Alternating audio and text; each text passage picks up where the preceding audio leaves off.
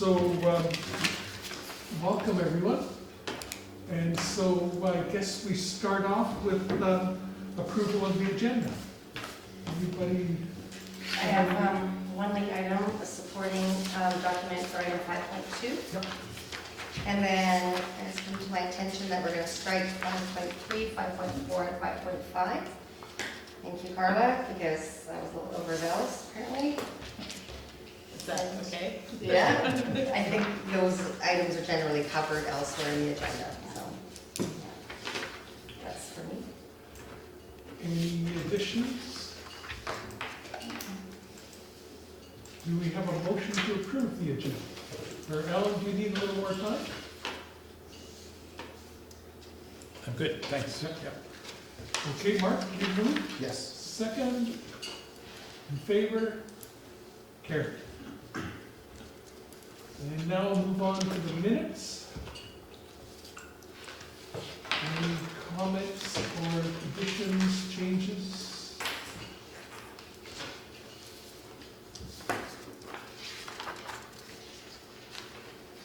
I sent regrets, so I can't visit them. Is that true? I didn't know that. If you're not I there, think it's, She can't say something didn't happen or didn't happen if she wasn't there. right? Unless you watched the video. I watched part of it. But there are many of you who were here, so Yes. somebody else move it. Any, so, I so move. okay, and seconder? Mark, and in favor? Carried.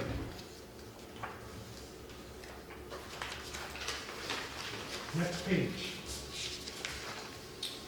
No public comments? And review action items from the past meeting? Page is that? Page 8.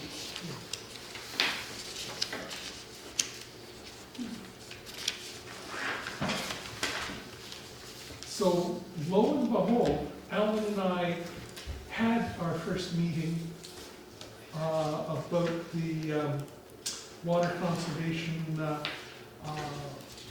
plan. And I think we're thinking of a bigger picture than just noting aquifer data. And so what Alan and I did in our meeting is we put together a rough table of contents for what we see could be covered in it. And it's in early stage, but I did print up 6 copies if we want to review that now, or if you'd like to wait until it's more solidly confirmed by us. Helen? I would suggest that what we've done so far is a little bit beyond a brain dump. Yeah. We really just put a bunch of stuff out there. We need to really get it into logical order and culminate in something that's more useful. But Hey, Jen. I think it might be great for it to be circulated if people want, and then we can get together again and continue to refine it. I think it's, as I say, I think it's very early days for it. So, It is on the agenda as new business though too. So 7.1. yeah, So if you wanted to talk about it sure. We'll at that point. Yeah, we'll move it to there. All right, great. 20 minutes. Well, I have something. For a brain dump. I would have talked about in that, Yes. general category as well. So, Steph? This is Jen. She's one of our new planners, our new planner. Oh, One of our new hi. planners. Yeah. nice to meet everyone. I wonder if we could take a break to introduce ourselves. I think that's a great idea. Oh, thank you. Well, my name's Will Husby. I'm the chair of this committee. My background is as a biologist and environmental educator, and so that's my background. I'm Laura Castro. I have an environmental studies background. And I'm, yeah. You're the vice chair. Yeah, that's, thanks for you. Thanks for you. Want to do this on her? Sitting to the chair's left. Jeff Matheson, I'm a biologist and recent addition to the committee. Hi. No problem, David. We've saved you many Had seats. another meeting. I'm Mark Edmonds. I have a horticulture background. I am the chair of the Parks, Trails, and Greenways Advisory Committee as well. Mark with it? Mark. I'm Alan Whitehead, we've just been We've corresponding been today. emailing. Yes, nice so, to meet you. and nice to meet you in person. I'm an environmental consultant on the island with a biology background as well. So I'm David Hocking. I'm also involved in transportation. I was in a meeting and we met the other day at the Canada Day. And I'm a councillor, so glad to hear it. Thank you. So I think that means it's my turn. So if you just introduce me, my name is Jennifer. I'm starting as the new planner 1 with the city, and I'm just doing general planning stuff, but my specialty is in environmental issues and participatory stuff. I've been studying urban biodiversity planning specifically, so issues around wildlife and human interaction and all those interesting things. Cool. Yeah, so it's an exciting opportunity. I just moved to Bowen, so I'm getting this study. Welcome. We've met. And I'm not here on any official capacity with the city. I'm just here because it sounded cool and David told me about it. We're cool. I'm Denise Richard, and I do do some work in earth stewardship. I'm also involved with the Graftons, and I also do, I have a product in health management. Anise? Denise. Hi, I'm Maureen Nicholson. I'm one of the councillors. Oh, yes. Good to You meet you. helped me on Facebook. I did. Did you get some? You were looking for something. What were you looking Oh, for? I'm always looking for lots of Garlic. things, so, You but I wanted found garlic. housing, which was Yeah, the most housing. important. Help with that too. So my background is, what is my background? I'm the chair of the communications department at Douglas College and an editor. All right. Action items. Yes. The next one was Mark Edmonds, contact MNAI, and if you can re-enlighten us what an MNAI is. Okay, so, well, first, I have contacted them finally. We're supposed to have a conversation with the executive director today. He had to go pick up his son from camp, right? Like, how selfish is that? So the Municipal Natural Assets Initiative is, I don't know if I can nutshell it or not. It's an initiative to place a value on natural assets in terms of two things. Number one, the services that they can provide the municipality. So things like a forest helps to stop stormwater runoff, erosion.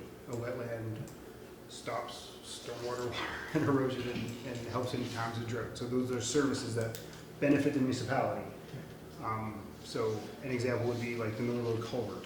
We have to replace that because it got washed out last year in a flooding event, a big rain event. So the natural asset in front of that culvert is the big wetland in the meadows. So that lessens the amount of flow water that comes in from Grafton Lake and Killarney Lake. All that water funnels into the meadows and it gets slowed down. So that means we have less water going to the culvert. So when we replace the culvert, we're going to have to replace it with something. I'm sure someone's going to say you need a culvert that's a 1 in 200 year rain event or something to that effect. And if the wetlands weren't there, it would be like a 1 in 500 year culvert. So part of the initiative is to recognize the value of these natural assets. The other part of it, and probably the main part of it, is to put a dollar value on that. So to actually be able to, in a budget, say this wetland saves us $500,000 or whatever the number is, because that's a big problem in asset management strategies is there's no way to account for natural assets.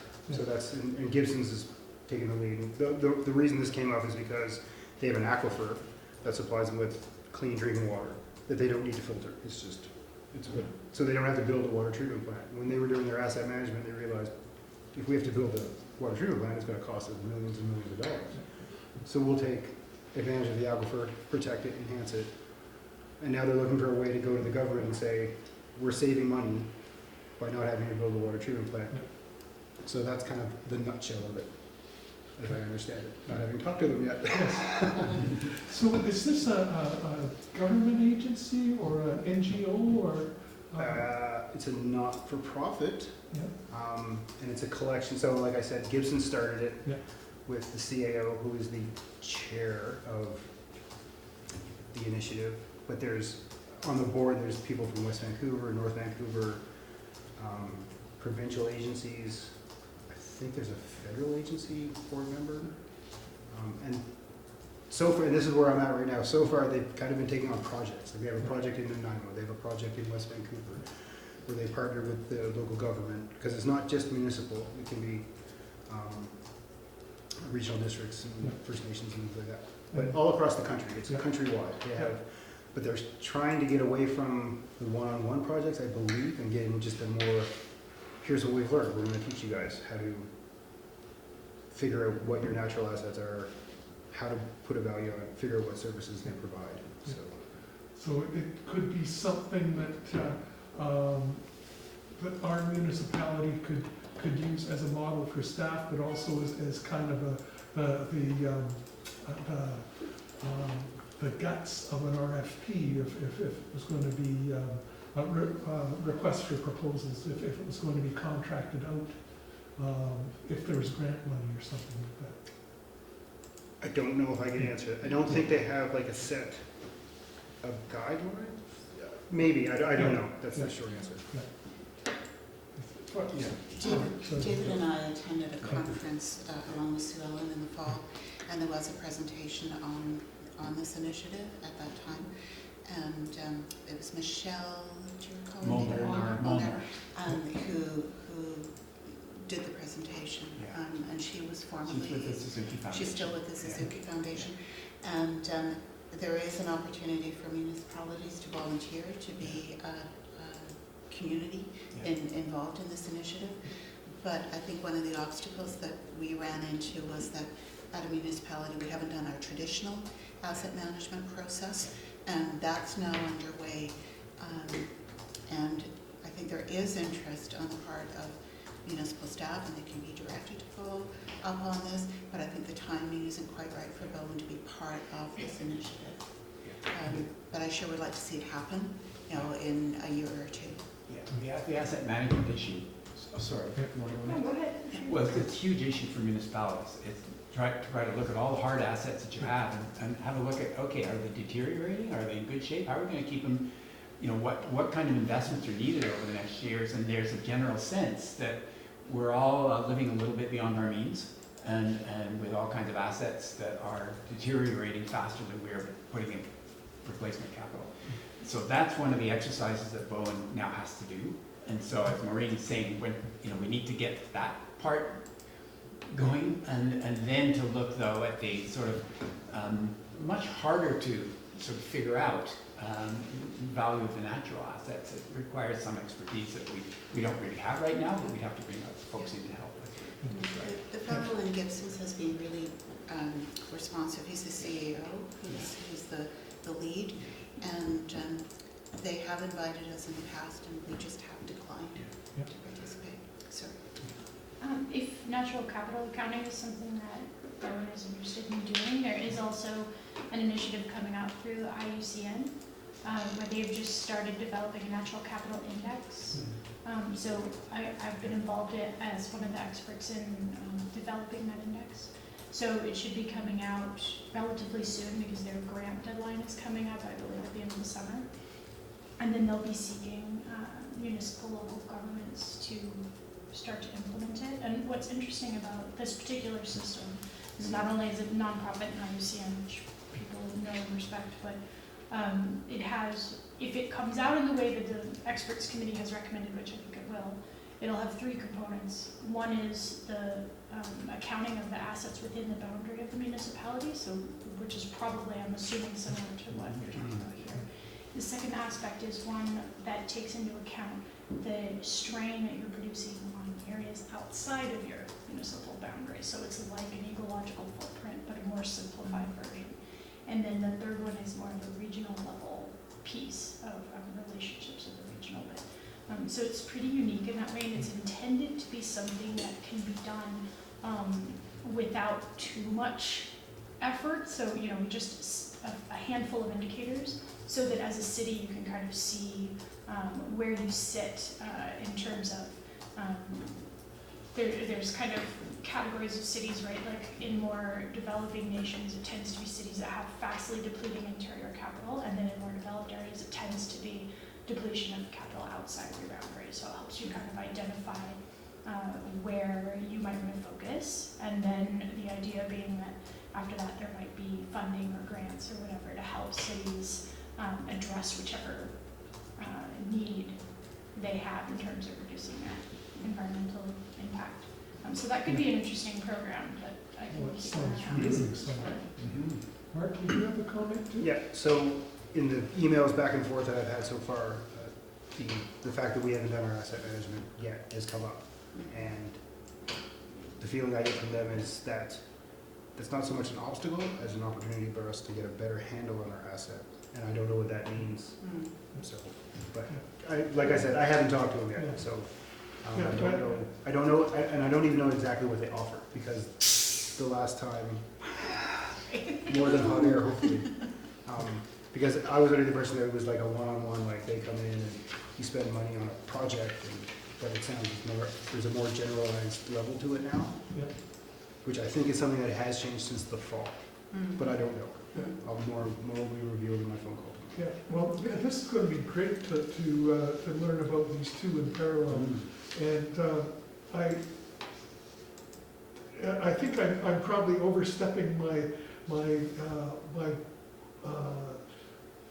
competency here, but it seems to me that looking at other jurisdictions, like I know that the city of Toronto long ago started their green infrastructure program, where they're looking at well, inventorying this, and for me, I think green and brown or black infrastructure are joined at the hip. They're not mutually exclusive, and just that example that Mark made about the culvert and wetland, there's the link right there, and so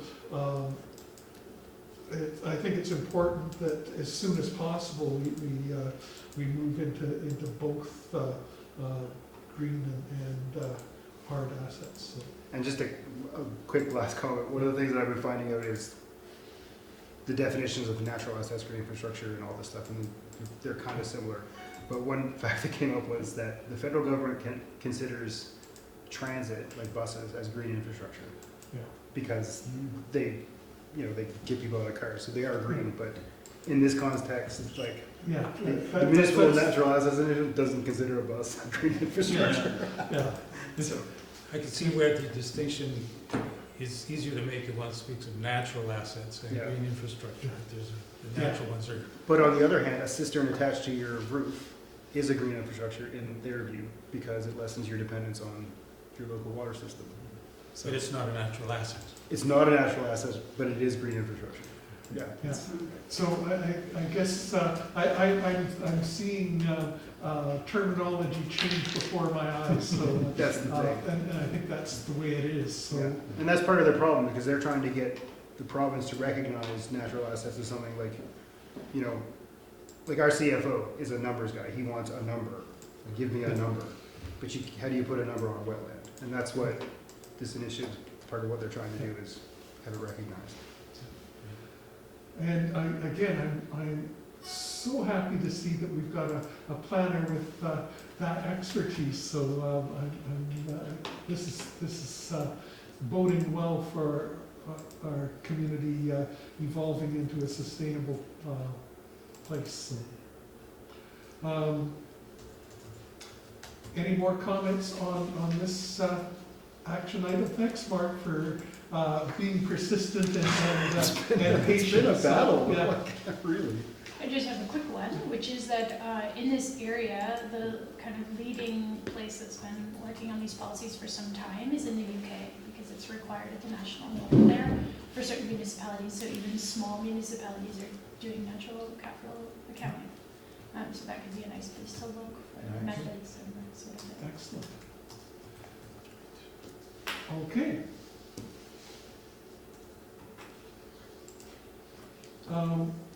Let's move on to the next batch.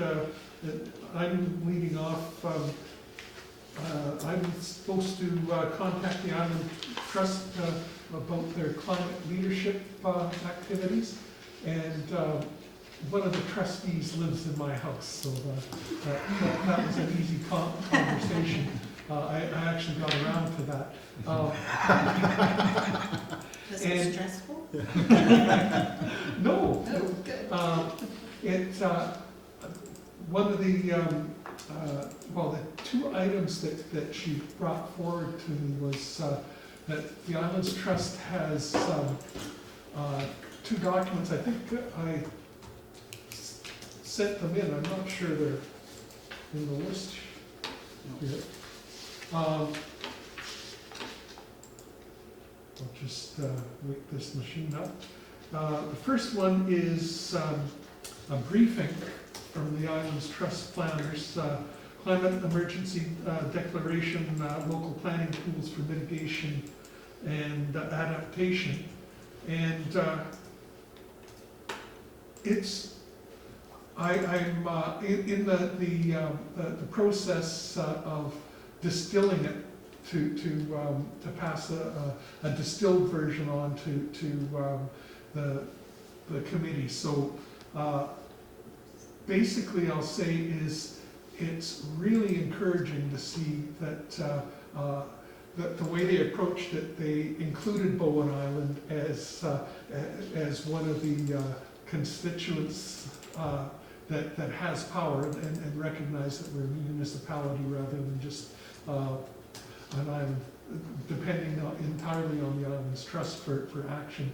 So it includes Bowen Island, and it's really quite interesting to see that there are quite a few tools that we already have to deal with climate change, including zoning authority, development permit,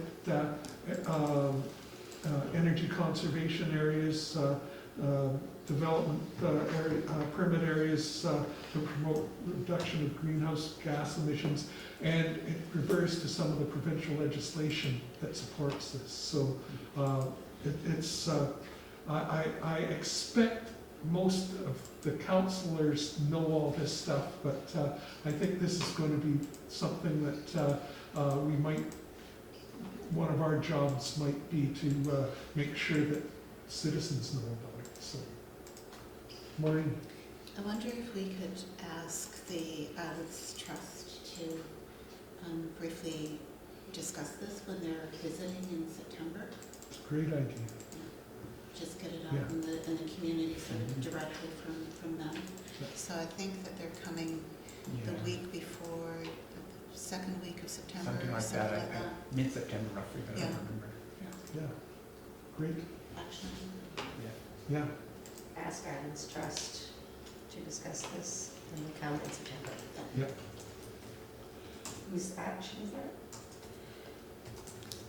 Oh, Yours or? well, I can do it. You live with her. If it needs to go officially from a councillor, I don't know, but sure. Give it to me, yep. And other highlights that I really like is that the Islands Trust has already started mapping potential sea level rise on the islands. So that's a wonderful planning tool for our municipality to have that those maps so that planning can be proactive of things are changing and I guess we've got some different. I'm sorry if they were not included in the agenda. I can print them now if you would like, or just. It's fine. Or would you like my distilled version? You'll get the better version if you get it printed. Print them now. Carry on. You could have both. Yeah. Yes. Your Yeah. reading of it would be Yeah, okay. helpful. And so that's just a quick look at that one. And a shorter document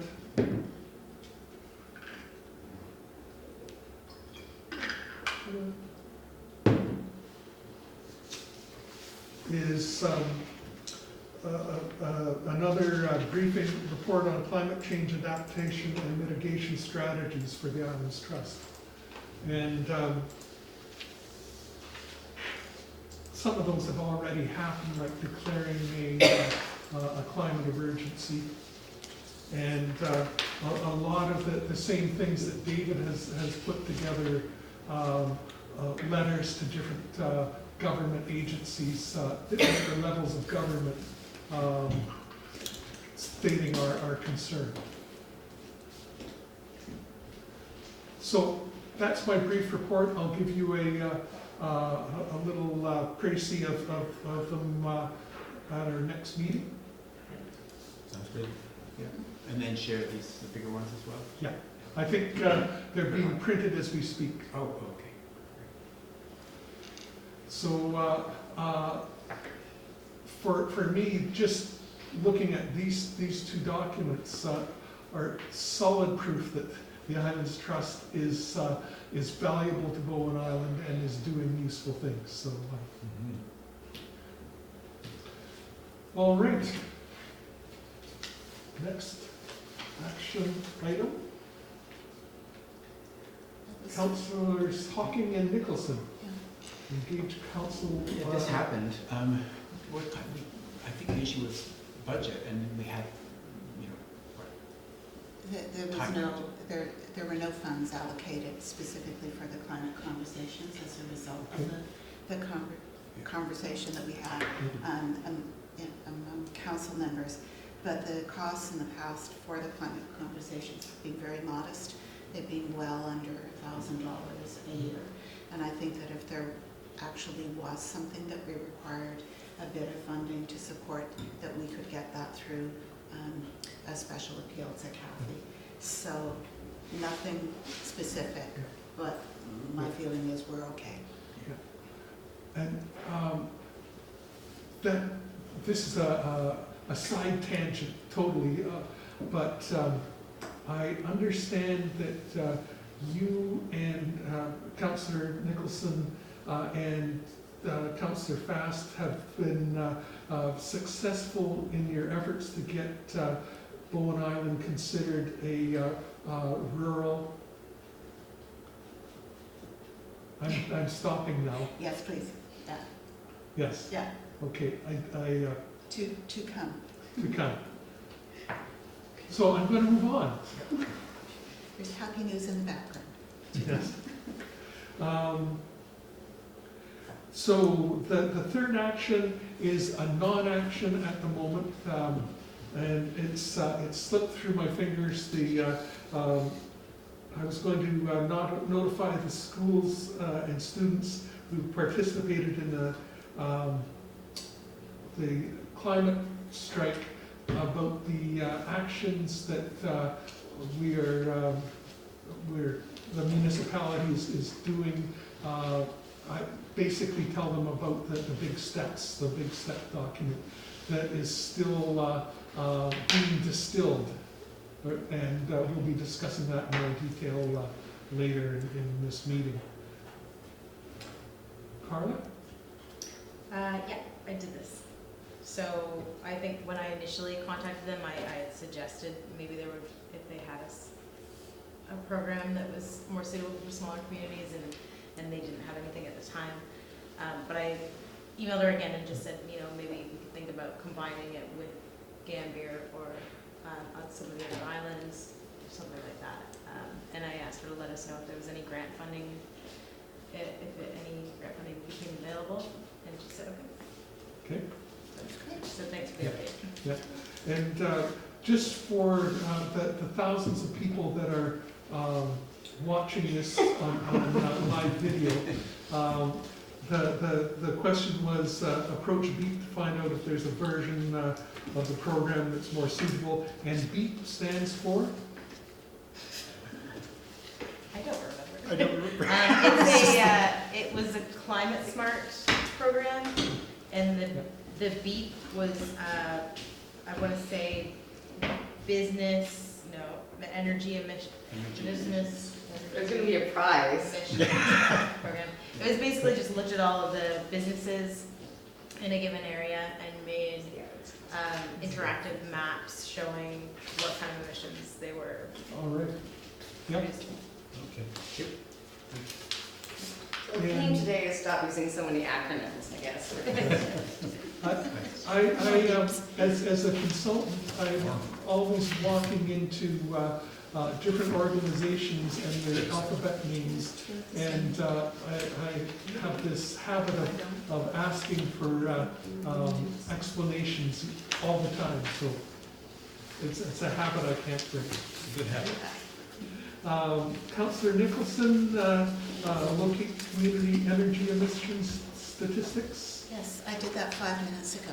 I sent it to you by email. Just in time. Just in time, because I apologize, I'd completely forgotten about this. So what I've done is I've sent you, it's an email that went to council and some of the planning staff, and it was copied to Dave back in 2017. And I was really excited in February of 2017 because the province had finally released the energy and emission stats for 2012.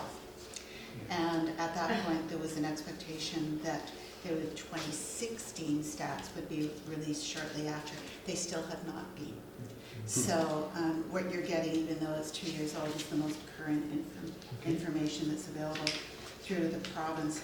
So the cover email just mentions that our OCP target is to reduce 33% by 2020, which is next year. Based on the inventory, Bowen made significant reductions from 2007 to 2012. Said 2014 data will be available in the spring. They made a liar of me on that. There was a change in the way they recorded their stats in that for the 2012 stats, they began to include deforestation in the emissions. So if you include deforestation, the drop between 2007 and 2012 is about 10%. If you exclude deforestation, the drop is roughly 29%, which is actually quite remarkable, but nonetheless deforestation occurred during that period, particularly down in Cape Roger Curtis. So the link in the email I sent you is out of date, and I sent you an updated one. And it's a really interesting government site to sort of poke around in. And you know, I'm no scientist, but I like Excel spreadsheets. So you go in there with the skeptic's eye, and you see, you know, if I've screwed something up or missed something. I didn't get any feedback that I missed anything, so I think it's fairly reliable what I've got there. And I think there's a lot more that could be done with the data. When this was pulled together, the only folks on council who were interested and persistent in this area were Sue Ellen and I. So it was kind of very much something that we did because we thought was important and just kept pushing that to council. Good for you. So it's there. And it's carried forward, so that's great. Yeah, exactly. So Yeah, Maureen, Yeah, I can't possibly imagine how we could have reduced our emissions by 20%. Like what data? nor can I. I mean, Yeah. there's been no change. Cars are bigger than they used to be. There was- More people than there used to be. The number of big trucks Yeah. on the island apparently decreased significantly, so if you look at that, Okay. over that period, there were shifts in mode of transportation, even during that time. Yeah, I looked at this data years ago. So, so what do they include? What do they not include? Do they include driving off? Maybe we shouldn't talk about it here. It'd take too long. Yeah, it probably is too detailed. Yeah. All right. It I'll does look not, at it. I'll it look does at not include ferry emissions, No. which is a very significant Exactly. factor. And it does not include Bowen Islanders driving on the other side. So some of the follow-up that Two major James sources. Blade did, looking into, through the FOI request Yeah, and made right. to the BC ferries, that puts this in a very different Right. light. But if you're just looking at the data that they collect, there is a Yeah. significant drop, Hmm. even though that big Yeah. other piece Right. is Okay, hovering next over us. I'll This have is a look at it. net, not per capita. Net, Yeah. yeah, is my understanding. Yeah. You can look, and you would understand it better than I. Well, there's a couple of different ways of calculating it. Some of this is a territorial calculation, This based is, on the fact that it doesn't account for things that happen off the island. There's another one that's consumption-based, that is dependent, so it's everything that an islander does, no matter where they are. no, no, That- this that's a is by different way of community, so calculation. it would look at things like the amount of fuel that was consumed by the community as a whole. That's probably not answering your question. Anyway, this is probably a more substantive discussion at another time. Another time. Yeah, but you've got what I have, and you've got the links to explore. Yes. Thanks, Maureen. Thank you. And thank you, Maureen. The next item is me, and I was to send Councillor Hocking information about the mountain, the trail wheelchair that's available. And I'm going to give you the information in person, David, because it occurred to me that I was in the midst of sending you that email about a week ago when a number of things happened as I was sending that email, which resulted in me not sending you the email. So it's an interesting thing. It's just so people know, it's a wheelchair that's designed for it's not powered, but it's a wheelchair designed for rough terrain. And so it's got bigger wheels, more skookum, everything, and air-filled tires to absorb bumps and that kind of thing. And so it's in the med shed at the library. The med shed has medical equipment like normal wheelchairs, canes, walkers, and that kind of thing that you can sign out on your library card. And this wheelchair is the same the same process. So, Alan. Has there been any feedback as to how well this works for people?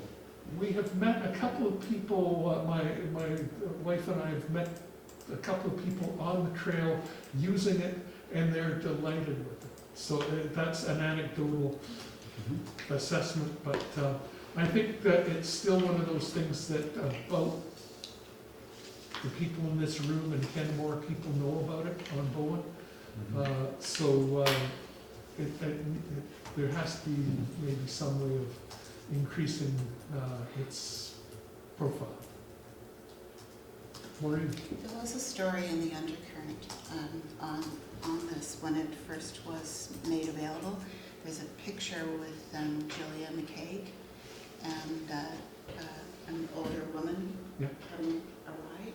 So that's something that you could search for if you wanted to give this more profile and just bump that up. And David, is that the kind of information you need, or do you need to Just see as it? you were perhaps puzzling a little bit about how, I'm puzzling about what I was supposed to do with this. Take it for a ride. Yeah. Yeah, I'm wondering if it was just an FYI. I guess so. BIMTAC, who met last night, we were looking into the whole issue of accessibility for people who are have issues in one way or another, but Eli Allen is sort of doing some work on that, so I'll send her whatever you send me. I will send to Eli, and that way it'll be used. Okay. Great. And something I saw on Facebook, just as a quick side note, there's like a rickshaw. You pedal a bike, and on the front of it is this kind of all-terrain wheelchair. It's for disabled or elderly or whatever.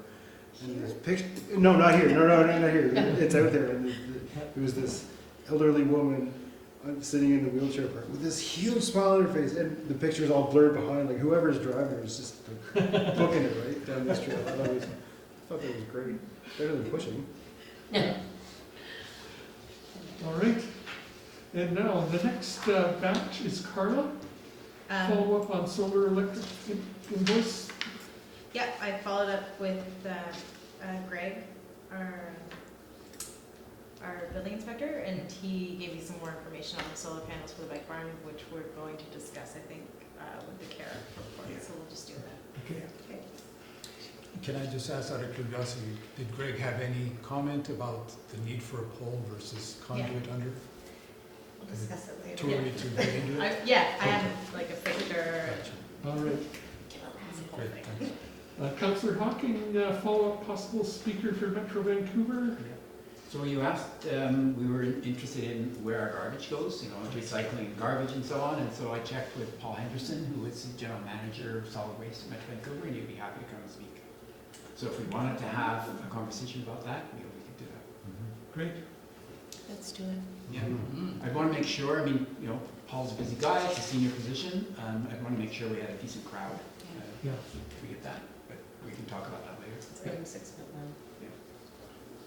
And you're on next to David, electric charging station. Okay, so that's a bit of a story, which I've tried to explain in the email.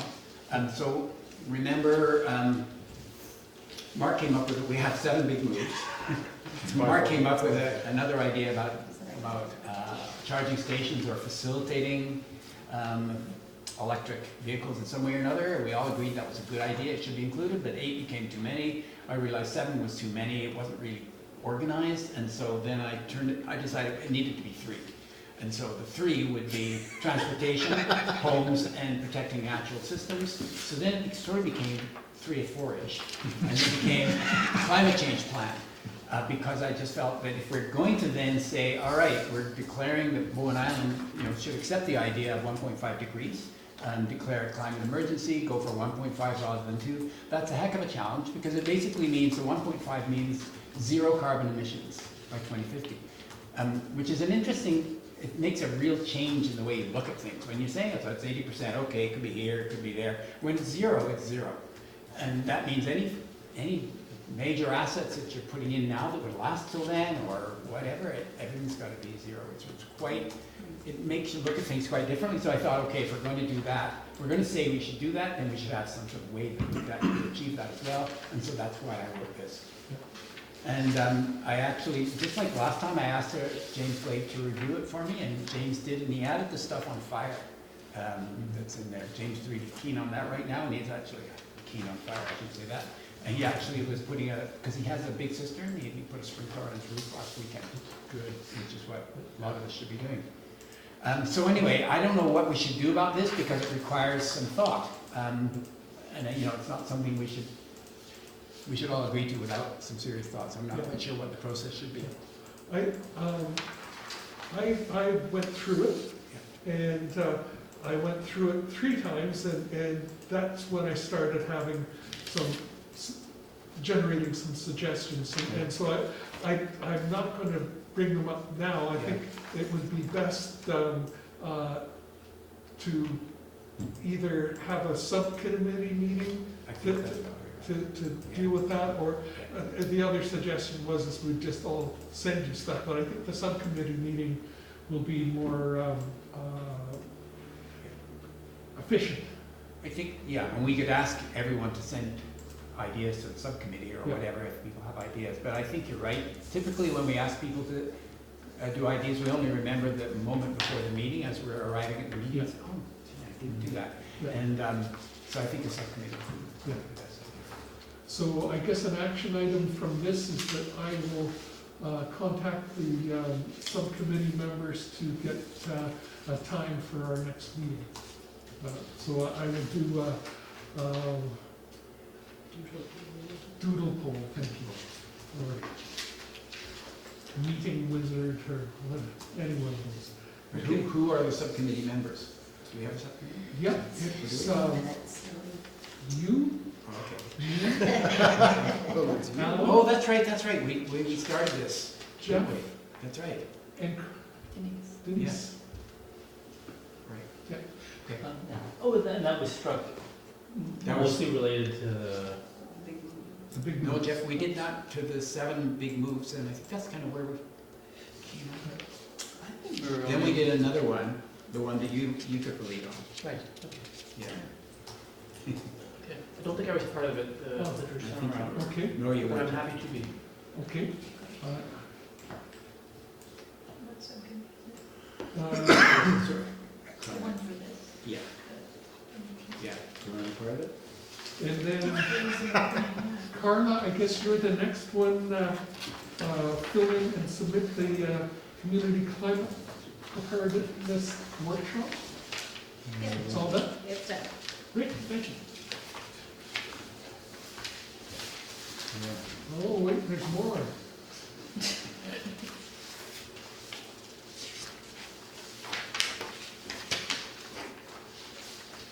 Oh, no, that's not. That's it. That's it, okay.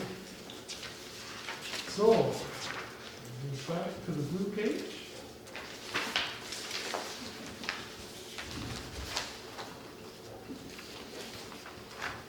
Okay, updates 5.1, David, yeah. We're at my meeting last night, so it's, my memory is already fading rapidly. So this is the Bid and Transportation Advisory Committee report from Councillor Hocking. Yeah, a couple of things.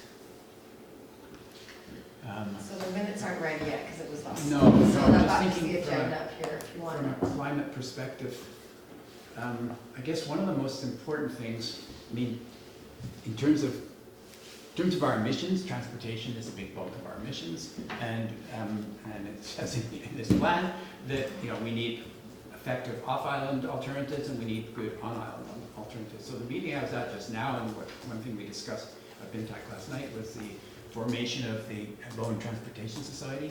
And so for those of you who commute, well, Maureen does, but you go to a different place.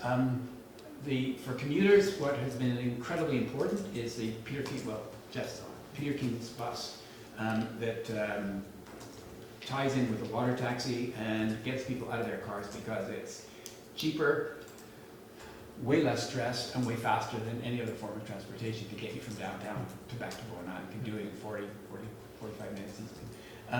And so the society is looking as basically purchased Peter's business from him to make it something that can go on forever, because it was a one-man show.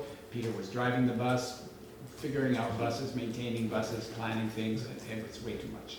And 16-hour days. So anyway, that was the meeting I was just at right now. That's why I was late. It was the AGM, so we've just started. We've got an efficient board. We've got an executive director.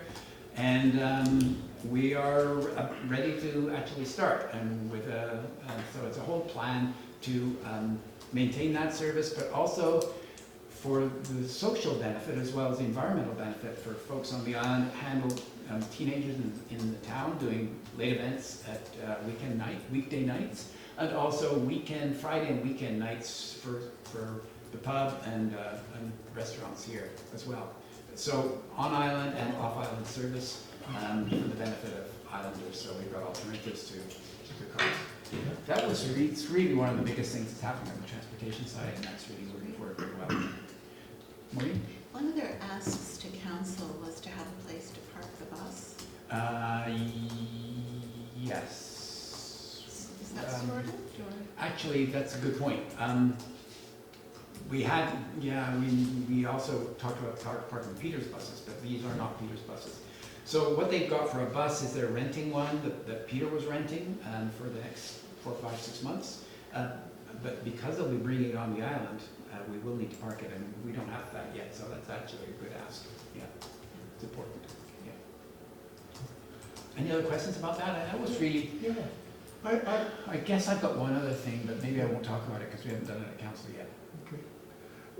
The, one of the issues I see is, I'm seeing electric buses on, and hybrid buses on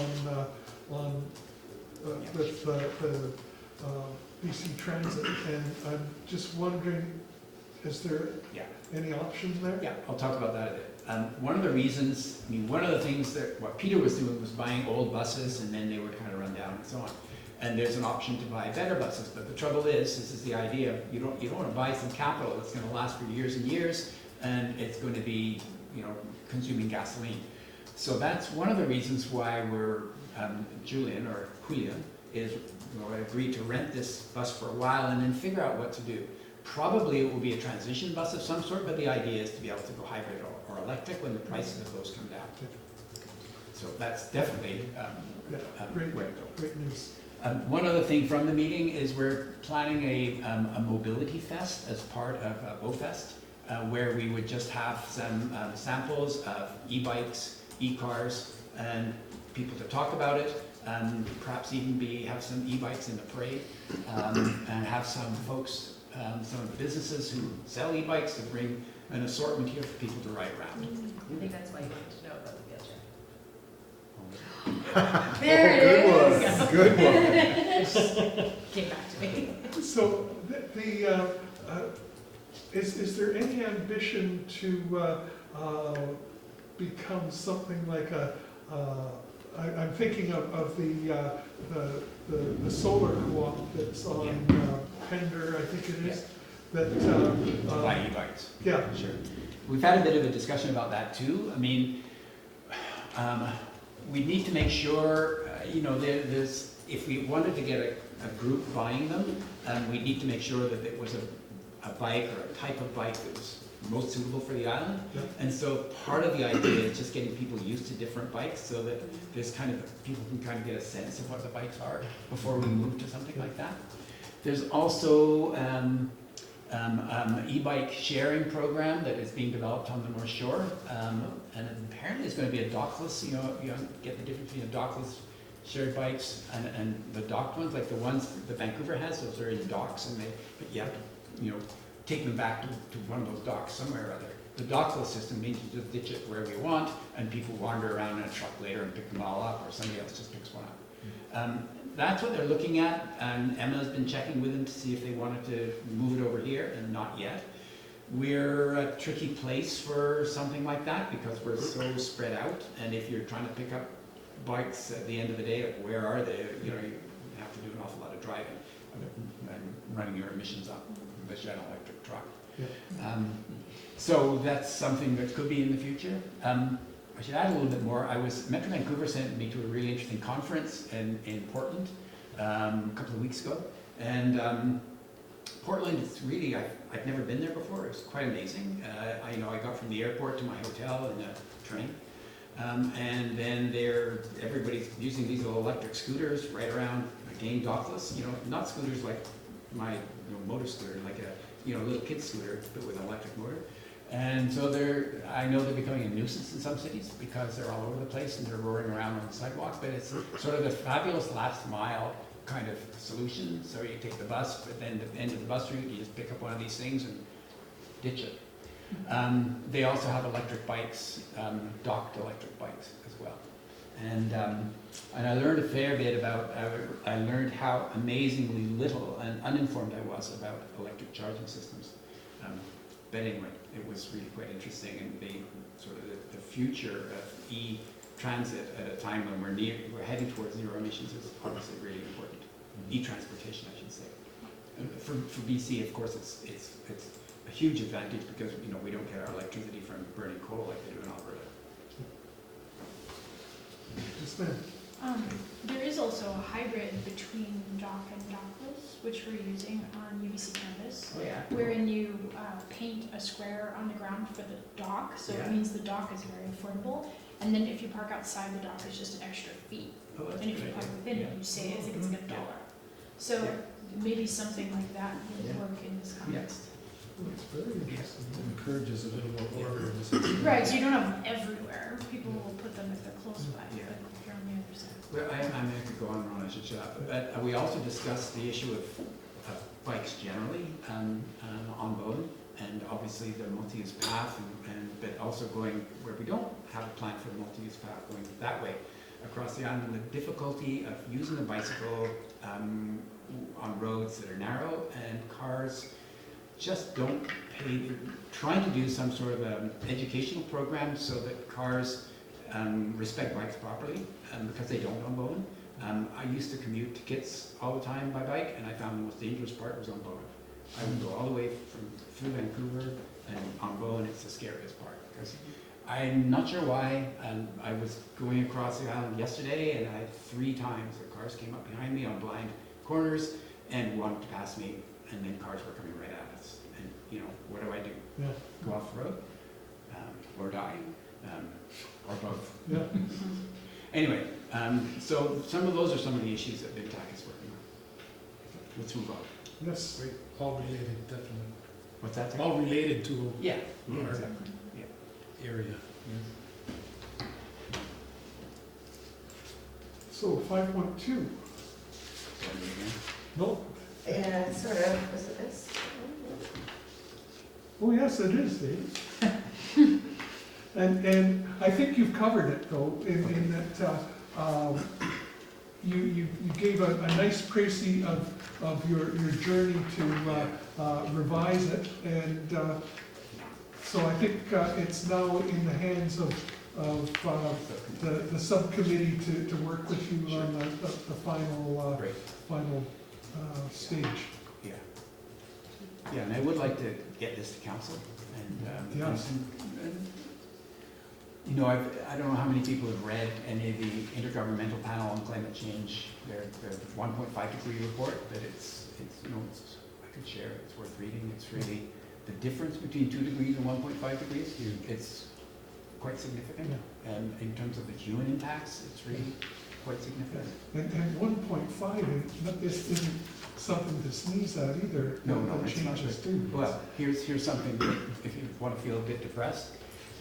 At 2 degrees, we'll lose 99% of corals, world's corals, more and more to call it. At 1.5, we'll only lose 90%. So this is what we're talking about. Yeah. Yep. Business arising from the minutes. Climate conversations, 6.1. Councillor Nicholson and Hocking. We were just talking, Dave. Yeah.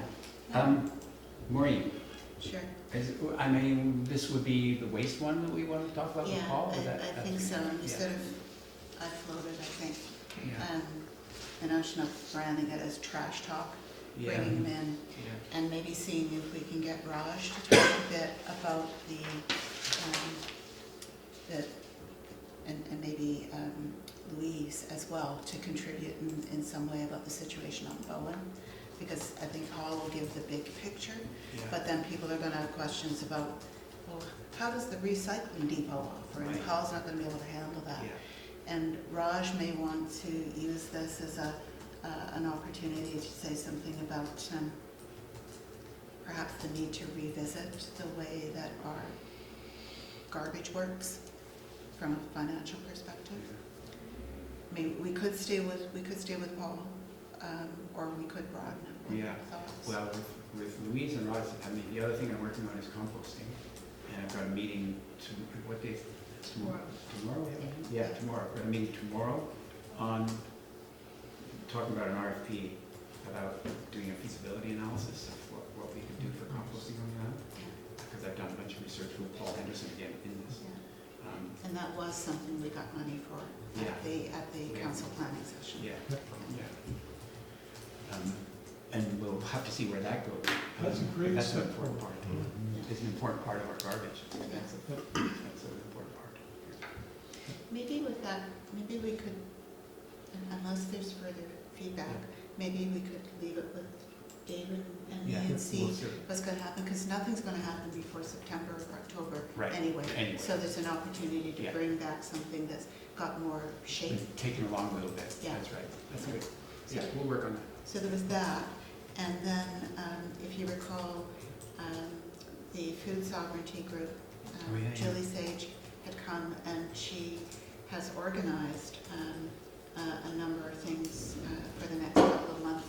One of them is an invitation to Harold Steves. She met with Harold apparently, because Harold chatted with me about it. Yeah. So she wants to bring Harold Harold here? over, who was instrumental, is that right, in founding of the Agricultural Yeah. Land Reserve He was. in BC, and is a farmer. And she also wanted to, there were 3 pieces that she wanted to explore in a climate conversation, and I think we actually gave her the okay to do that, if I remember I think correctly. you're right. Yeah, it was a while back now, in the spring. So she's gone ahead and she's figured out what to do, and it would be under the rubric of the climate conversation, which would mean space and promotional support. So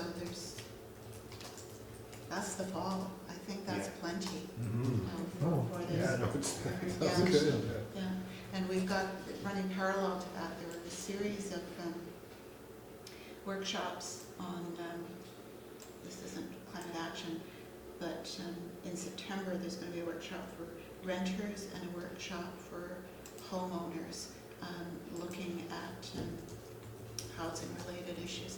So this place is going to be occupied on at least 2 weekends in late September, early October. So the timing of this is going to have to be worked out. I'm assuming we want to do it on the weekend, is that right? Am I wrong? What do you think? Yeah, I think so. I say it's Too hard. given Yeah. for attendance. Yeah. Yeah. Too hard otherwise. Yeah. Okay. Some shape to come, I think, just for both of them. And maybe we could aim to, for the next meeting, bring back blurbs for both of them. Okay. And people can give feedback Yeah. on that. Sounds good. Yeah. All right. When's our next meeting? Is that, do we have a meeting? Ooh, We're in yeah, July until now, right? September. So September, okay, Oh. you're right, that's what it Yeah. should be then.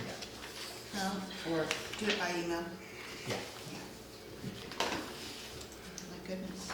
Yeah. Yes, so August is the official off month for everybody. Okay. It's not official, Yeah. so, to be clear. Yeah, okay. 6.2, CARIP report funding. I can start here. So, in terms of the solar panels for the bike barn, Steph, we have a picture on the agenda package. Do you have a pointer as well? Yes. That looks weird. Yeah. I've been wondering, what is this picture of? What's happening in What's this? happening? Is it a good thing? Yeah. We're taking out the fairy dog. Okay. So, basically, I just want to, it took Greg a long time to explain it to me because I was trying to picture what he was saying, so that's why I got the picture together. But basically, the issue right now is that the only power that's down here is somewhere over here. So that's where the pole is now, and that supplies power to the Wharfinger shed that's over here. Oh, yeah. And so when they looked at getting power for the bike barn, they realized that was where we were taking it from, and it's actually on BC Ferry's property. So that means we can't use it? Well, they're apparently not super happy about it. I don't know if it's something we have to take it down right away, but it's not ideal, I guess. And so what's going to happen is not so much that they are adding an extra pole, but they're also taking a pole away. So and I think also right now this goes over, or maybe it doesn't go overhead, I don't know, but it's not, what's happening right here is no good. So what they wanna do is take this pole out, put another pole, on this side, and then that pole, the power is gonna go underneath the dock to the bike shed. And then it would also go underneath the dock to the wharfinger shed over here. So basically, they're fixing a lot of issues at the same time, and I think at this point, that's what they have to do, because And By no taking net it- new it's poles. no net new poles, but it's an upgrade to the whole system down there that I think needs to happen. And it gets rid of. Yeah, who's they?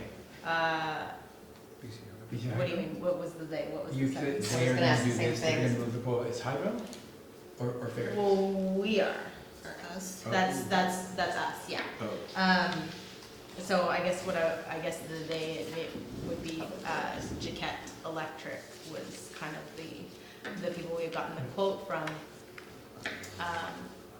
And, it was deemed necessary if we wanted to do the solar panels. So, But we kind of have to because the power for the wharfinger's coming from that pool anyway.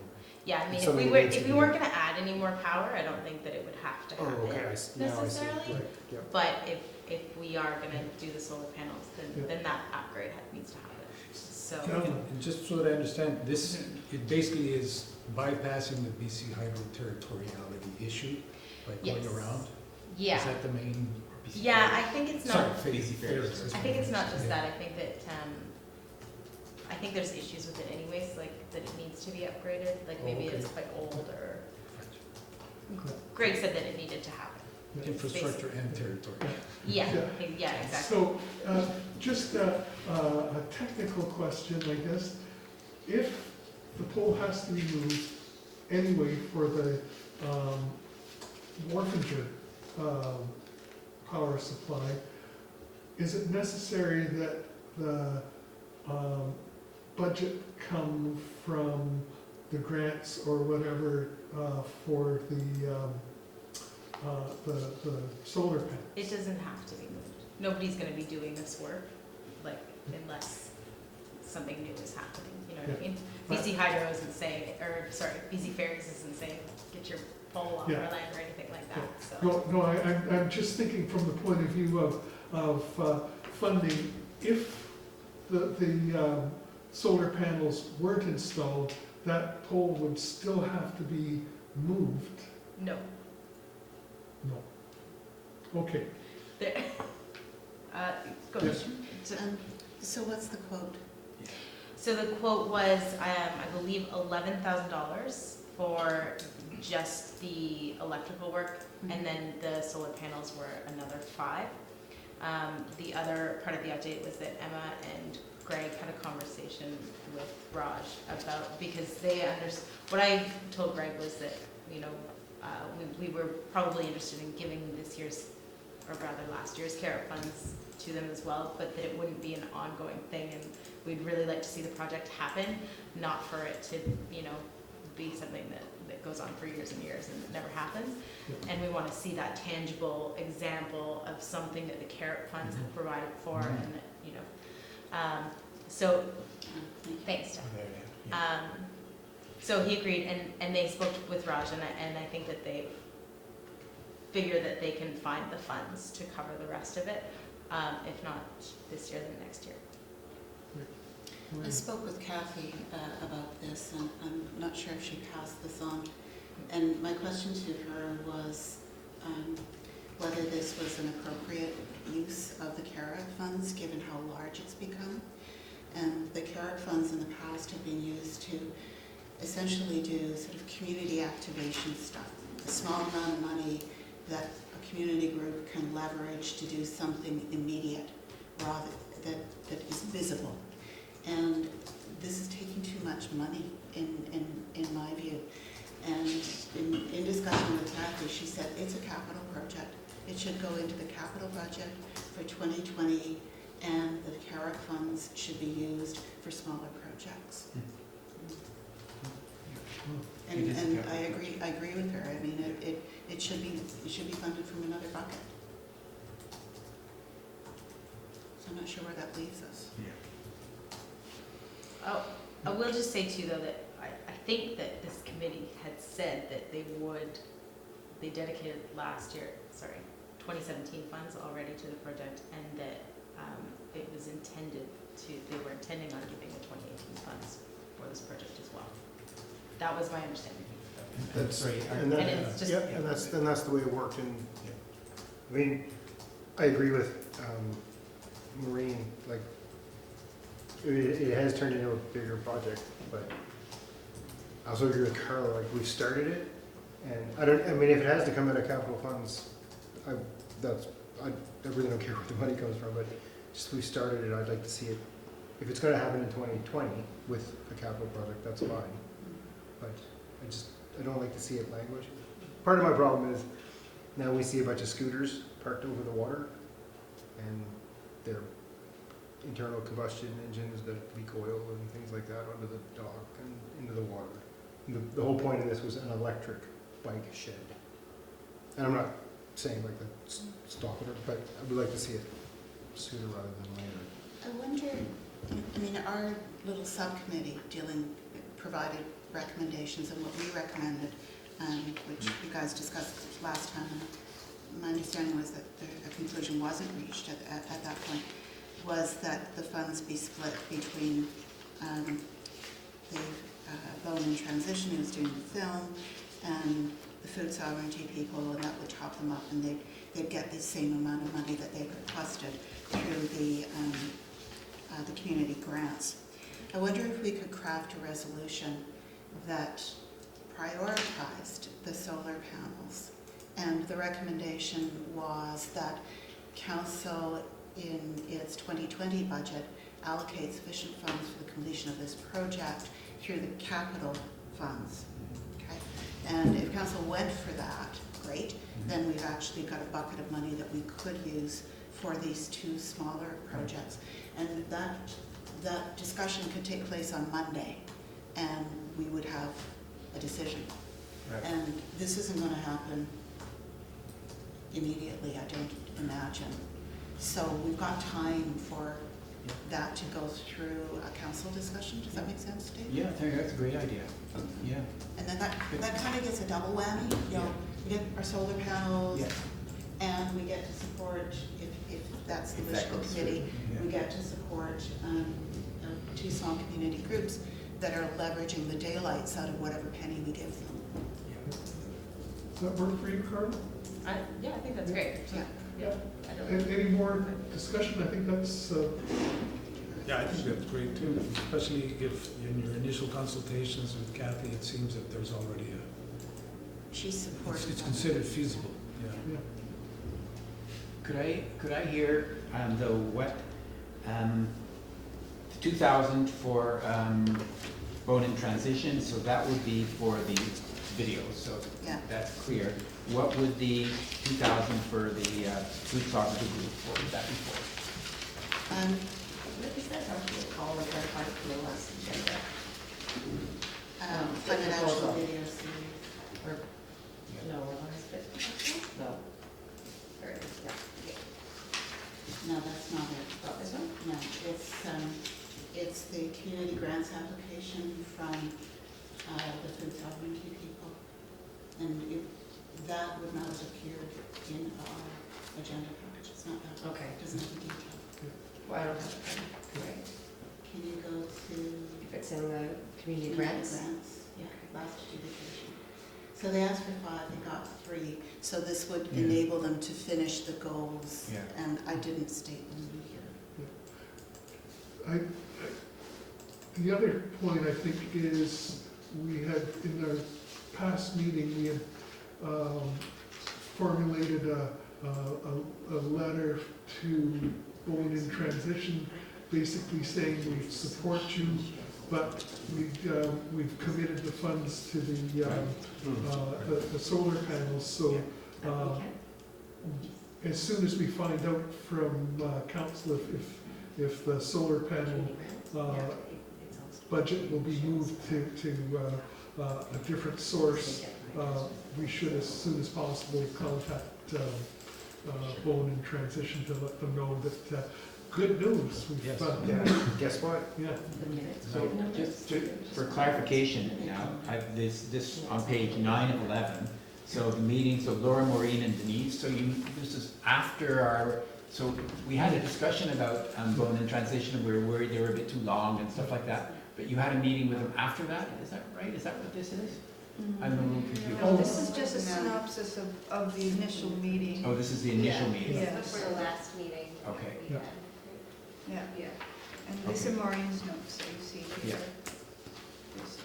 Wasn't it, it was after they presented theirs, We Yeah. presented, we gathered, we talked a little bit more, and these are the notes from what we gathered. Okay. Okay, we're getting the info. yeah. Grant application. So we're just really prepared, so.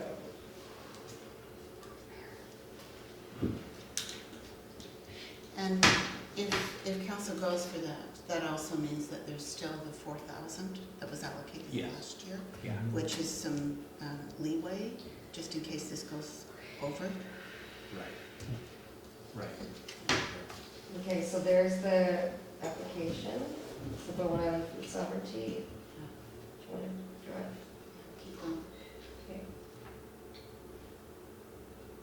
So they received $5,000 from the NICMAT NOC, and their projects towards a resilient food system for Bowen Island. They're doing baseline research. I circulated yesterday a summary of their project work so far.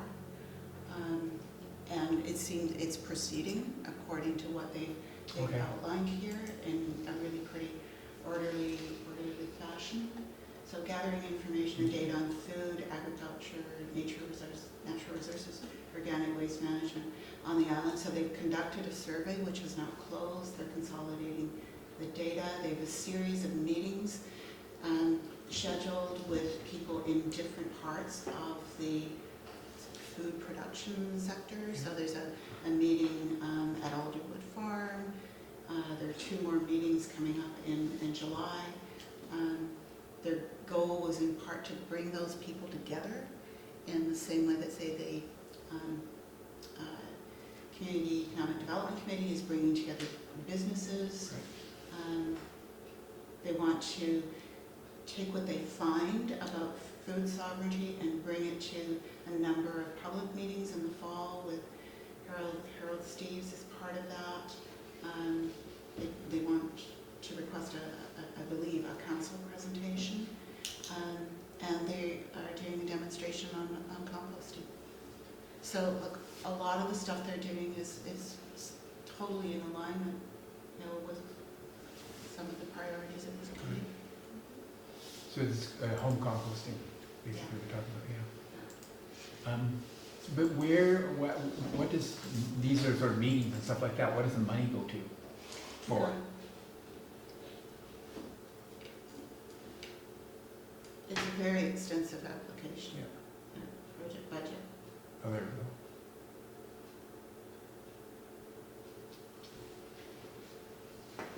Sounds like it's attached. Yeah. So we're not to attachment? Yeah, keep going. So there are public engagement costs. And Facilities and stuff like that. documentation, Yeah. facilities. Oh, there we go. What you said that? Those are That one. volunteer hours.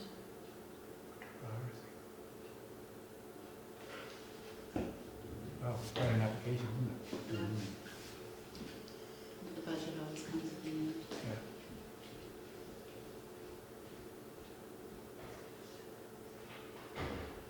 Okay. So this shows Ben is getting 5 and then Right. Ben gave 3. Right, okay. So they've got a sustainability grant Right. from Lush Oh, wow. and a grant from the NICMAT NOC.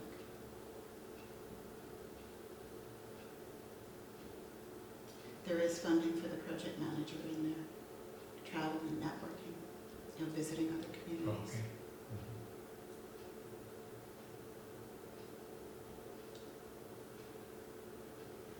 Whoops, just scroll back up again, please, Steph, because I now saw the money.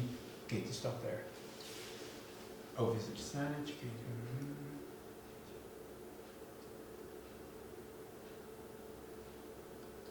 large chunk of that is In kind, 17,000, yeah. Okay. The agrologist, though, is not in kind, if No. I understand right. Who Yeah, so who is that's the a big project chunk. manager? As well as the, Julie. yeah, Sage. So this is paying for some of her time. right. Okay.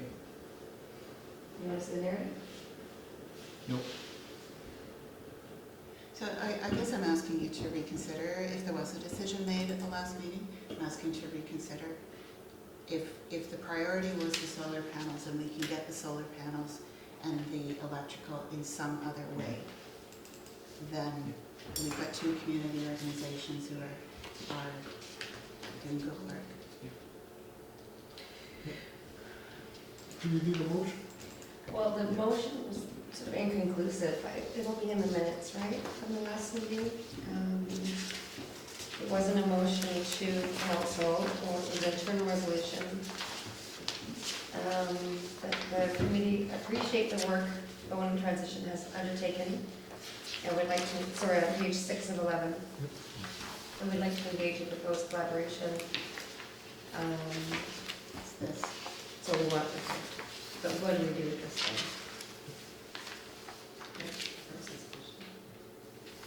I guess nothing, because there's nothing inconclusive. Right?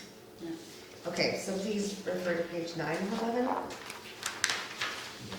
And the recommendation that is being proposed there. What do you want to read that? Well, first of all, we need a recommendation related to the solar panels, because that's the. Okay, so that's what I have, is the committee recommend the council allocate funds from the 2020 capital budget towards solar paneling the bike barn.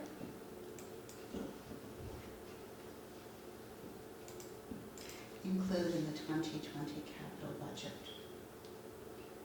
Recommend that council include in the 2020 capital budget funds for, what do you call it, the electrical Why don't you just call it the solar panel project? project, yeah. Yeah, totaling up to, Or you can say the remaining funds, because you can, stress that we already have $4,000 put into it. yeah, And it should be, well, I guess 12,000, but maybe less if we get involved in one of those buying groups for the solar panels. So maybe the 4,000 will cover all the solar panels, and then we can say we bought those, not the hydro pole.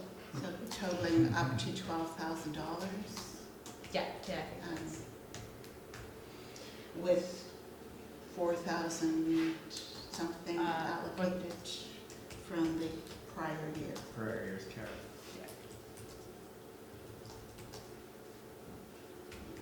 Do you want me to find that amount instead of? Yeah, probably. I'm just imagining Allison. So it would be solar panels and electric charging, so. Yeah. And Solar lights. panel and electric charging project. That's good. Yeah. Yeah. And lights. And is bike barn going to be included Bike in that? barn. Yeah. This is for the bike barn. Yeah, I just want to make sure Both, that throw the it's words in. included in the title. Why do you call it a barn? Because I guess because it has a Alliteration. B. Fun with bees. Bowen is so artistic. So it says that the Climate Action Committee recommend that council include in the 2020 capital budget it says the remaining funds, drop remaining funds for the bike barn, solar panel, and electric charging project totaling up to 12,000, with $4,000 allocated from the 2017 CARIP supporting funds. $4,015.10. And Yes. So is 4 included That's- within that 12, or is that? No, it's that's- not. It's So- not, So where it says with, could it say with and additional? Yeah, yeah. and already allocated from the, An additional comma already allocated. go to the number, and then already allocated from. Okay, I think you've beaten it to death. That the Environment and Climate Action Committee recommend that council include in the 2020 capital budget the funds for the bike, Bowen solar panel and electric charging project totaling up to 12,000 with an additional 4,015 and 10 cents. Already allocated from the 2017 CARIP reporting funds. The 10 cents is great. Yes. That will just detract, yeah. Yeah. We're trying out And nine. it was 11. Great. Okay, and then the second part, I think, would be these. So, do a new resolution? Yeah. Yeah, so do you guys wanna Yeah. nail that one? Support it, yeah. I'll second Seconded, in favor? Carried. Okay. And then these two, that the Environment and Climate Action Advisory Committee recommend to Council that Bowen and Transition receive 2,000 from the Climate Action Revenue Incentive Program. I'm just gonna put that up, I can actually put that up for everybody. Yeah. And we need to put in the 2018 funds. Yeah. Mhm. Okay, so leave these two there.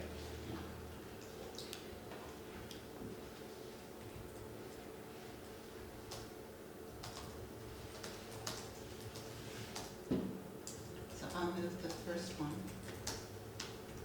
with the addition of, from the 2018 Climate Action Revenue Incentive Program. 2018.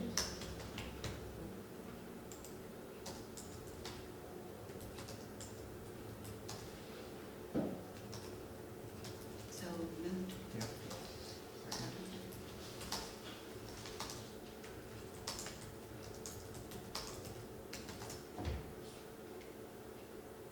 In favor? So which one, do we have both? Is it No, both? just Just the first one. Okay. And then the second one without the parenthetical and with the addition of 2018. So moved. Seconded, Alan? In favor? Carried. You guys, Thank you for reconsidering that. I think, Smoking, think? well, I think if this goes through council, it's a win on multiple levels. Yeah. And if the first one doesn't go through council, then I think, Dave, we might want to put a pause on the second two. Just Yeah, so how will we do that? I mean, we don't have, how will we do that, Maureen? we just asked to defer, Okay, yeah, and we just have further discussion. okay, all right. Thank you. Thank you. I admire just watching the process. Being new to this type of stuff. Oh, so that's how this is You've done done. this before. Everybody wins. Yep. We'll know on Monday. Yeah. Yeah. So, 6.3, ratify the following resolution, recommendation of Environment and Climate Action Advisory Committee recommend that council participate in a climate accountability campaign with West Coast Environmental Law District of West Vancouver and 16 other communities across BC by sending a letter to the 20 largest fossil fuel companies demanding that they pay their fair share of climate change related costs facing BC communities. And send another letter to Premier John Horgan, ask the BC government to enact the Liability for Climate-Related Harms Act. So those were voted on by email. Yep. And it's just good practice to just ratify it in person. Yep. Okay. So, So I'm really asking you not to change your mind, because it's already gone to council. so do we move that? Hmm. Do we have a motion? Secondly. And in favor? So then the letters that I wrote would be sitting beside this, is that what we would I think? think it's already gone, isn't it? I don't know. See, the letters were done a long time ago. Carla, can you help us with this very confusing situation that's been confusing for 2 months? Remember this? Yeah, did it, It's all did it done? not go to council? Last council meeting? We asked, oh, I thought. Okay. I didn't follow up after, I just. It's said- gone to I vote. just said, It's gone to vote. Done. And you guys are at the council table, so, so, I figured you guys would end up updating us, yeah. but I can maybe, check my. maybe it wasn't, it was supposed to be added as a late item to the last council meeting, and it was on June. Yeah, July Whatever date it 8th, is, I've got it. the 24th, I think, was the last day that you could, submit a resolution for the, UBCM? for UBCM, yeah. So we had to have it on that Yeah. agenda. It'll be on the. So I haven't read the second recommendation, which is the UBCM one, and that's that the Environment and Climate Action Advisory Committee recommend that council carry a resolution regarding climate accountability to submit to the UBCM for discussion. Mhm. So we've got a motion, discussion? The deadline was June 30th. We've missed the deadline missed the for this. Gosh. Well, Steph and I definitely tried our best Yeah. to get it, which was why we did it through email, and we asked for it to go on the council meeting, but I guess Yeah. maybe it didn't make it on. So, apologies that it didn't work. Well, I wonder if it could be brought up from the floor. I don't know. I'm certain there will be other Somebody else should resolutions be that doing address this. Yeah. And what they do at UBCM is they sift through all of the resolutions and look for redundancy. Yeah. They pick one and they put it on and everybody They'll votes be one for sure. or doesn't vote for it. We're okay. So what is our action now? Just to flag this for hope that it's no longer relevant? Not the second part, just the first one. The- The UBCM one, no. Yeah, the first one is relevant. Yeah. The second one is not relevant. Yeah.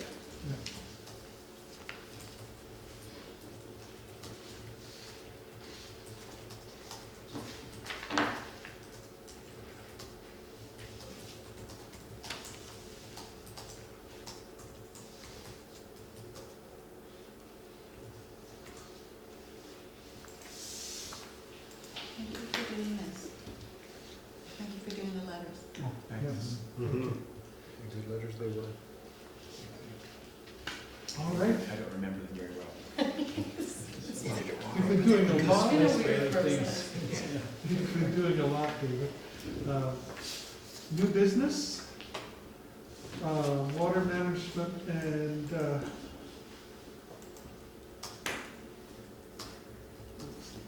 that subcommittee of Alan, Whitehead, and myself.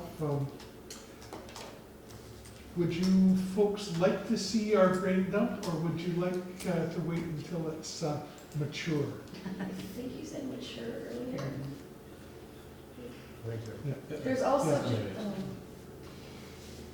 If you want, I can start, and then maybe you tell us some of your ideas. So I just wanted to show you guys this funding opportunity that I thought was interesting. Sure. And it's a grant from the Federation of Canadian Municipalities. So the municipality would have to be a lead in it, but it can be, community groups can apply for it. I think the intention is to work with community groups. You can get up to $350,000, I think, and the municipality would only have to contribute 10% of eligible costs, but the eligible costs include staff time.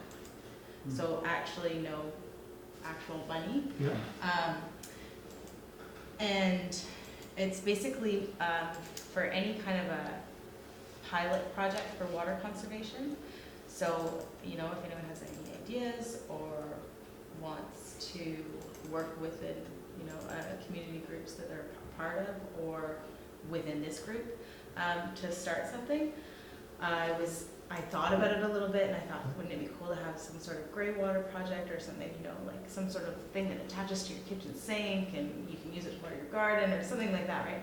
But I also spoke with Greg about that, and that, like, I guess according to code, you can't have anything like that.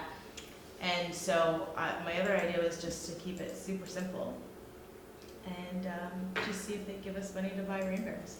That's what I was just thinking, Yeah. just rain barrels, like. And the way that we could make it like with community groups, because you need letters confirming other people's contributions as well. So maybe we could go to like the Eagle Club Neighborhood Association, the Kate's Hill Neighborhood Association, and say like, we're committed, to buying a certain amount or something like that, and then we can, because I think it is a matching grant, so someone has to put in 50%. So then if each community member was putting in half the cost of the rain barrel, and then the grant paid for the other half of the cost, you get a pretty simple Half-price project. rain barrel, Yeah, and I think there should be a lot of So- interest in it. There would be a Kate's Hill, and on the board of it, Mhm. a lot of people talked about it at the last meeting, and we have $140 in the treasurer. So, it's an Intense. envelope actually, so, it's just waiting to be, When you said Yeah. yeah. Why don't you send Alan and I the details, and we'll follow up in this plan? There's a link here. Yep. So, Yep. I mean, So I'll just, yeah, I was just throwing out an idea, but anyway, anyways. Sorry, I hadn't read it, I hadn't looked at the link. What does it ask for? So What's it? it's basically just, they want Yeah. a water conservation project that will reduce water use by 20% in a given neighborhood. You're not gonna reduce 20% with rain barrels. Cisterns, not barrels. This is a So- great find. In a neighborhood though, like Yeah. if you got a whole neighborhood, could you reduce? I don't think so. what do you say, Robert? So I'm just thinking of, for example, where I live right now, Tunstall Community Water System.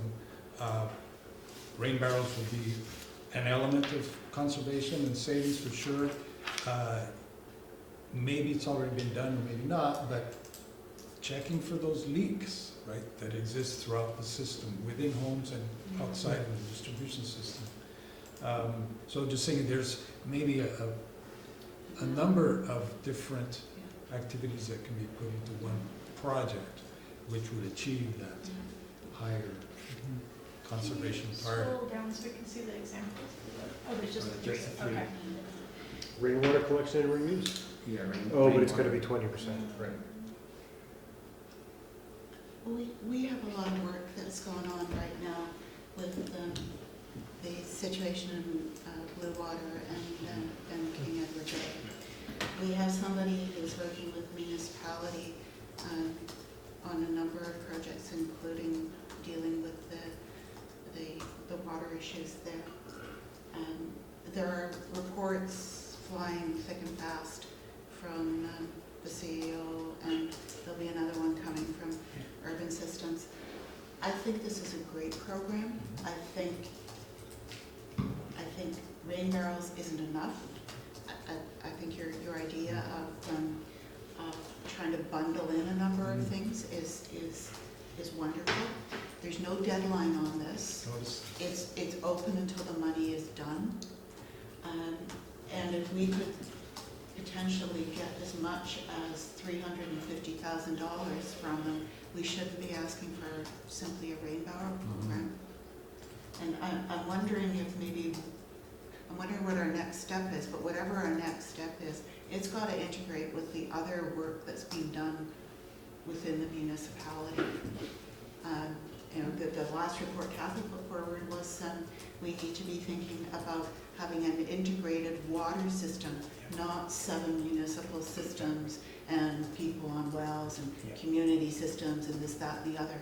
So, Yeah, I think we need to understand the work that Urban Systems is doing right now, and we need to look at where our shortcomings are. And one of the things, and we talked about this in this committee, is we don't know what our actual water sources are. We don't know if we've got a well over here, is it actually taking water from a well over here? We don't know enough about our water sources on the island, so it's one issue. And I think you know, looking at a budget this size, we need a really integrated assessment of what the problem is and what we can do about it. I think rather than sort of giving people the option of getting a rain barrel if you want at half price, but Vancouver did that, 15 years ago. It's passing some sort of a regulation that it's compulsory, and perhaps that there's some sort of a subsidy program that might go along with it, or something like it. It's compulsory for new homes, and with some potential opportunity to buy cisterns, subsidized cisterns for existing homes, something like that. So we need to reduce the draw on water. We need to understand our system better. We need to try to look at leaks. But Maureen's point, and what Kathy's been talking about a little bit, is we got lots of people with individual wells or taking surface water. We have no idea whether that's taking water away from someone who's downstream or not, and what that does to the forest, for instance. Are we depleting the? So there's a huge amount of information that we need to gather, and so I think we have an opportunity to do something quite sophisticated here, but quite considerable, because we absolutely need it. We know that summers are getting longer, hotter, and drier, and we look around how many dead trees we have. Dead and dying trees, they're all over the place. So we need to find ways of making sure that we're not taking away the water that nature needs, as well as taking away water that each other needs. It's a lot of work. Yeah, it's huge, and it's almost beyond this Yeah. funding source is what happens with this. But you've touched on a whole bunch of really important aspects, and one of them is what's our baseline condition? Yeah, We don't have it fully. Will and I were talking about that the other day. Part of our action plan includes identifying possible monitoring wells. I actually met with John Reed today and found out all the ones that he had drilled in the past. Which back in Brad Hawthorne's days, they were going to start monitoring. He doesn't know whether there's still any instrumentation in there or not, because it was probably abandoned.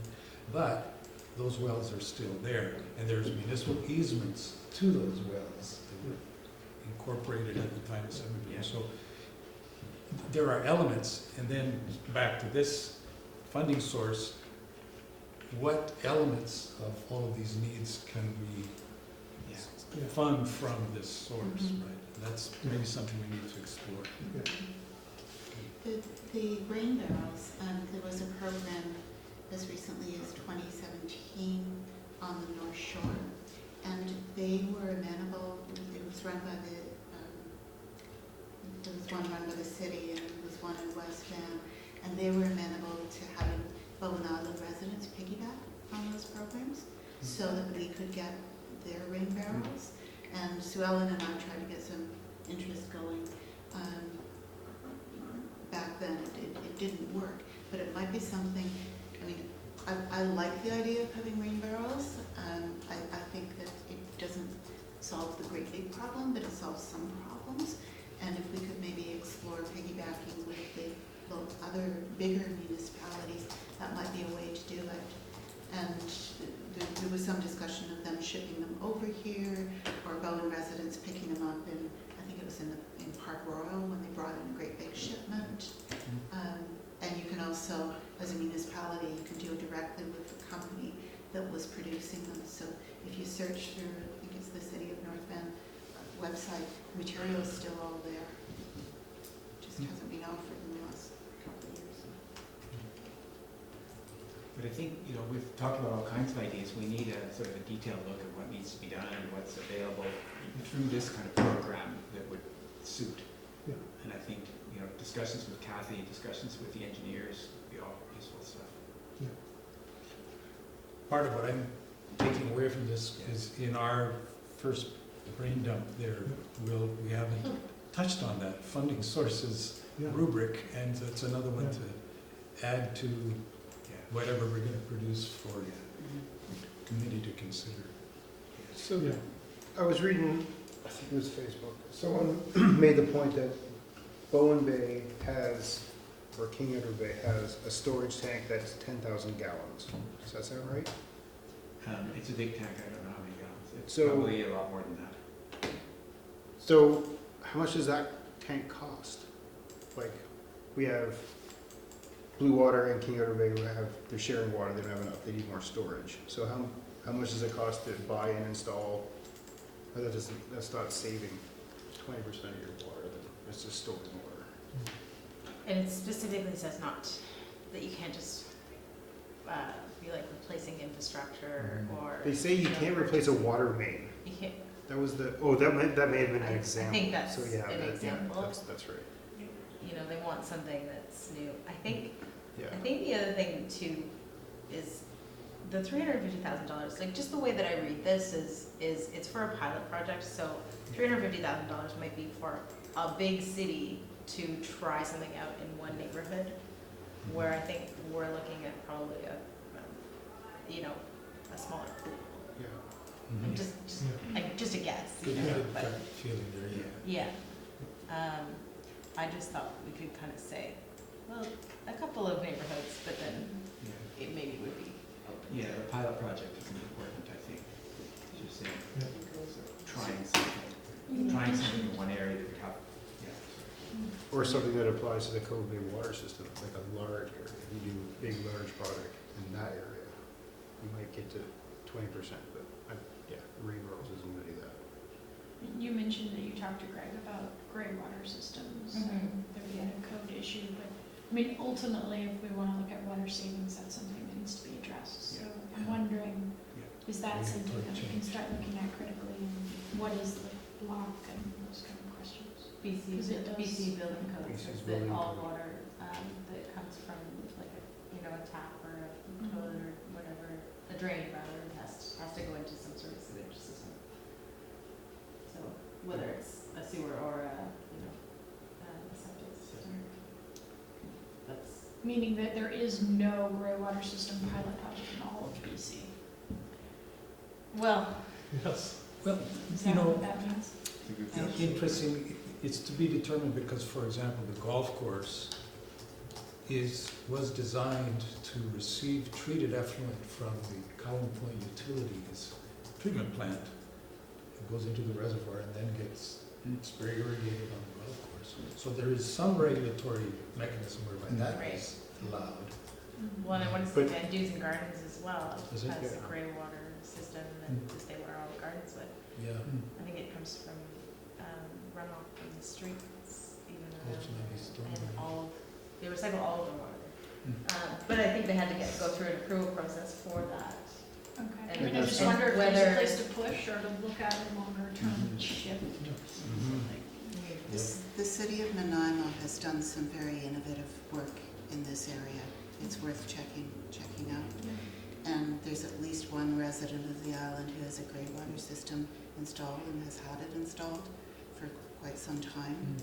So Greg may not have been aware of that. He wouldn't have been around when that was put in place. Also, if you search the province of BC's website and look for grey water and composting, just use those keywords, you'll get a report from 2017 that outlines some of the changes that are in the works. So the province is not ignoring it, they just haven't gotten as far as they had hoped. But given conditions, they may be pushing harder to accelerate changes in handling grey water. And I can't imagine that it's an insurmountable barrier if the Federation of Canadian Municipalities is offering funding to investigate pilot projects in grey water collection. Some great input, Ellen, I think Yes, this absolutely. is very useful. I think, Composting toilet and grey water projects. I think we'll Nice. continue with our meetings and have a report for the September meeting of this. Sounds like Yeah. a good plan, yeah. Composting toilet. Yeah. I think this is going to take this term to do. This is a big project.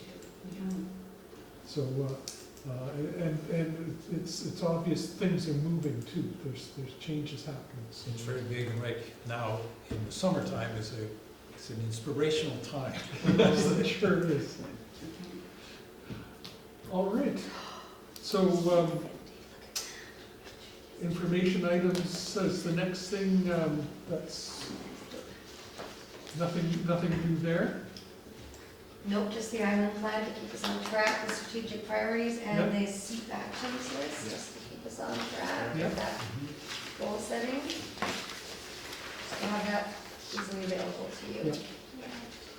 And next meeting is Wednesday, September 4th.